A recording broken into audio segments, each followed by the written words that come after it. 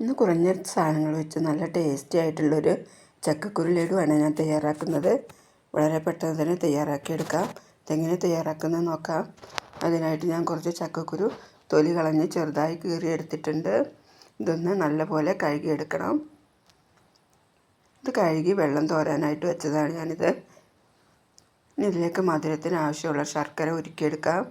അതിനായിട്ട് ഞാൻ ഒരു 200 ഗ്രാം ശർക്കര എടുത്തിട്ടുണ്ട്. അതിലേക്ക് ഒരു 3/4 ഗ്ലാസ് വെള്ളം ഒഴിച്ച് ഇതൊന്ന് ഉരുക്കിയെടുക്കണം. ഇനി ഒരു പാൻ അടുപ്പിൽ വെച്ച് അതിലേക്ക് ഈ ചക്കക്കുരു ഇട്ട് കൊടുക്കാം. ഇനി ഇതൊന്ന് വറുത്തെടുക്കാം. ഇതിന് പുതിയ ചക്കക്കുരു അല്ലാത്ത നമ്മൾ എടുത്തൊക്കെ വെച്ചിട്ടുള്ള ചക്കക്കുരു ഉണ്ടെങ്കിൽ അതാട്ടോ നല്ലത്. അതാകുമ്പോൾ കുറച്ച് മധുരമൊക്കെ ഉണ്ടാവും. ഇതിൻ്റെ ചുവന്ന തൊലിയൊന്നും കളയേണ്ട ആവശ്യമില്ല. അതിലൊക്കെ ധാരാളം പ്രോട്ടീനുണ്ട്. ഇതിൻ്റെ തൊലി കളയാതെ തന്നെ ഇത് വേണമെങ്കിൽ വറുത്തെടുക്കാം. ആ പുറമത്തെ തൊലിയൊന്നും കളയാതെ വറുത്തെടുത്ത് കഴിഞ്ഞതിന് ശേഷം തൊലി കളഞ്ഞ് പൊടിച്ചെടുത്താലും മതി. ഇങ്ങനെ ആകുമ്പോൾ പെട്ടെന്നായി കിട്ടും. അതുകൊണ്ടാണ്. നമ്മളിത് ഒക്കെ ആയിട്ടുണ്ട് കേട്ടോ. ഇതിങ്ങനെ പൊട്ടിച്ച് നോക്കുമ്പോൾ പെട്ടെന്ന് പൊട്ടി വരണം. ഇത് ചൂടാറിയതിന് ശേഷം പൊടിച്ചെടുക്കാം. ഇത് ഞാൻ പൊടിച്ചെടുക്കുകയാണ്. ഇത് കുറേശ്ശെയായിട്ട് പൊടിച്ചെടുത്താലും മതി കേട്ടോ. ഇത് ഞാൻ പൊടിച്ചെടുത്തത് ചെറിയ തരിയോടെയാണ് പൊടിച്ചെടുത്തിട്ടുള്ളത്. ഒരു പാൻ അടുപ്പിൽ വെച്ച് അതിലേക്ക് 1 ടേബിൾ സ്പൂൺ നെയ്യ് ഒഴിച്ചു കൊടുക്കാം. നെയ്യില്ലെങ്കിൽ ഓയിൽ ചേർത്താലും മതി. നെയ്യാണ് കേട്ടോ ഇതിന് ടേസ്റ്റ് കിട്ടുന്നത്. അത് ചൂടായി വരുമ്പോൾ അതിലേക്ക് 1 ടേബിൾ സ്പൂൺ എള്ള് ചേർത്ത് കൊടുക്കുന്നുണ്ട്. നിങ്ങളുടെ കയ്യിൽ കശുവണ്ടിപ്പരിപ്പ് മുന്തിരി ഉണ്ടെങ്കിൽ അത് ചേർത്ത് കൊടുക്കാം കേട്ടോ. കുറച്ച് തേങ്ങ ചേർത്ത് കൊടുക്കാം. ഇനി ഒരു മുറി തേങ്ങ, ചെറിയ മുറി തേങ്ങ ഞാൻ ചിരണ്ടി വെച്ചിട്ടുണ്ട്. അത് ചേർത്ത് കൊടുക്കാം. ഇതൊന്ന് വറുത്തെടുക്കാം. നല്ലപോലെ വറുത്തെടുക്കണ്ട. ഈ തേങ്ങയുടെ വെള്ളമൊക്കെ ഒന്ന് വറ്റുന്ന വരുന്നത് വരെ ഒന്ന് വറുത്തെടുത്താൽ മതി. ഒരു 2-3 മിനിറ്റ് മതി.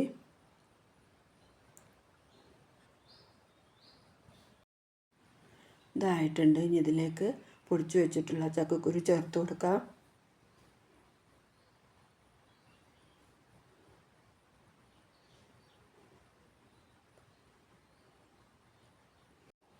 ഇതിലിട്ടത് കുറച്ച് സമയം ഒന്ന് വറുത്തെടുക്കണം.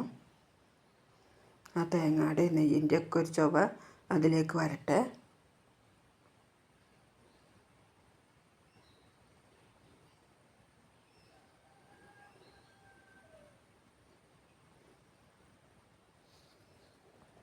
ഇനി ഇതിലേക്ക് ഒരു 3 ഏലക്ക പൊടിച്ചതും ഒരു 1/2 ടീസ്പൂൺ ചെറിയ ജീരകം പൊടിച്ചതും കൂടെ ചേർത്ത് കൊടുക്കാം. ഇതൊന്ന് ഇളക്കി യോജിപ്പിച്ച് കൊടുത്തതിന് ശേഷം നമ്മൾ എടുത്തു വെച്ചുള്ള ശർക്കര പാനി ഇതിലേക്ക് ചേർത്ത് കൊടുക്കാം. മധുരമൊക്കെ ഓരോരുത്തരുടെ ആവശ്യത്തിന് വേണം ചേർത്ത് കൊടുക്കാൻ.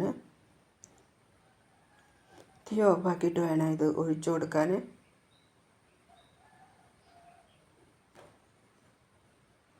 ഇനി തീ ഓണാക്കേണ്ട ആവശ്യമില്ല.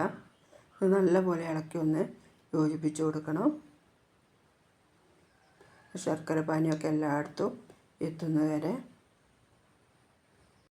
ഇത് തേങ്ങയും നെയ്യൊക്കെ ചേർക്കുന്നതുകൊണ്ട് തന്നെ ഇത് നല്ല ടേസ്റ്റ് ഉണ്ടാവും കേട്ടോ.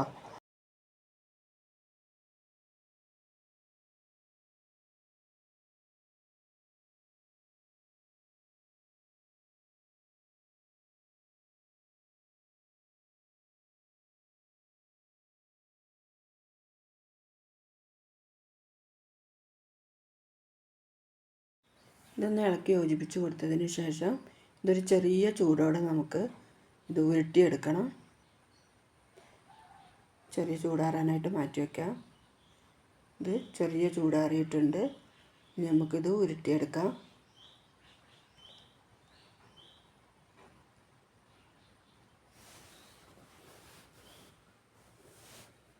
അതുപോലെ എല്ലാം നമുക്ക് തയ്യാറാക്കി എടുക്കണം. നല്ല ടേസ്റ്റിയും ഹെൽത്തി ആയിട്ടുള്ളൊരു ലഡു ആട്ടോ ഇത്. കുട്ടികൾക്കൊക്കെ തയ്യാറാക്കി കൊടുക്കാം. ചക്കക്കുരു എല്ലാം ഞാൻ തയ്യാറാക്കി എടുത്തിട്ടുണ്ട്. വീഡിയോ ഇഷ്ടപ്പെട്ടാലൊന്ന് ലൈക്കും സബ്സ്ക്രൈബൊക്കെ ചെയ്ത് സപ്പോർട്ട് ചെയ്യണേ. കമൻറ്റ് ചെയ്യാനും മറക്കല്ലേ.